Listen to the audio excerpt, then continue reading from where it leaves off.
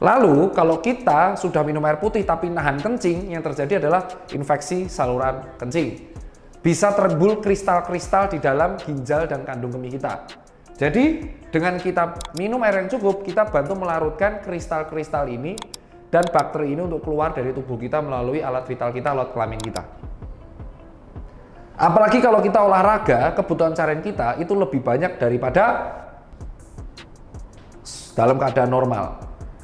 Itu kalau air putih yang cukup. Dan minum air putih kebanyakan juga nggak baik.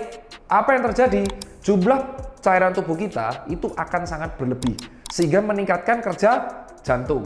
Dan itu alasan kenapa pada orang dengan CKD, yaitu chronic kidney disease atau gagal ginjal, penyakit ginjal, dan dengan penyakit gagal jantung, itu beban kerja jantung dan ginjalnya berbeda. Sehingga untuk minum air putih itu harus disesuaikan dengan konsultasi dokter penyakit dalam atau dokter jantung atau dokter ginjal kalian.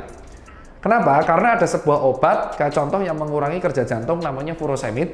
Dia kencing kalau pada waktu malam.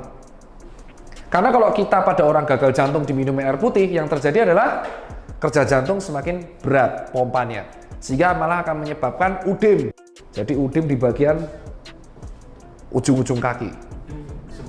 Udem itu bengkak kakinya, karena cairan tubuhnya nggak bisa dikembalikan dipompa oleh jantung, sehingga membengkak di bagian kaki bagian bawah dan tangan-tangan. Nah, kalau ada orang diare, apakah air putih? Nggak cukup, karena pada waktu diare kita juga kekurangan elektronik dan zat-zat penting. Maka pada waktu diare kita pentingnya juga minum Oralit. Dan kalau diarenya sangat-sangat akut dan sangat sering, lebih dari 6-7 kali, bawa ke IDI terdekat untuk digantikan lewat IV.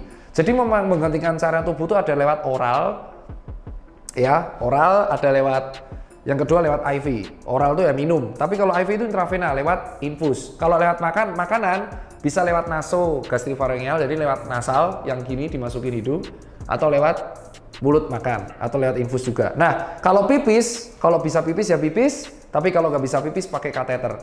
Itu dari hal simple, dari minum. Ini yang kalian harus tahu. Jangan meremehkan cairan tubuh. Itu aja kalau dari saya. Sampai jumpa di vlog berikutnya.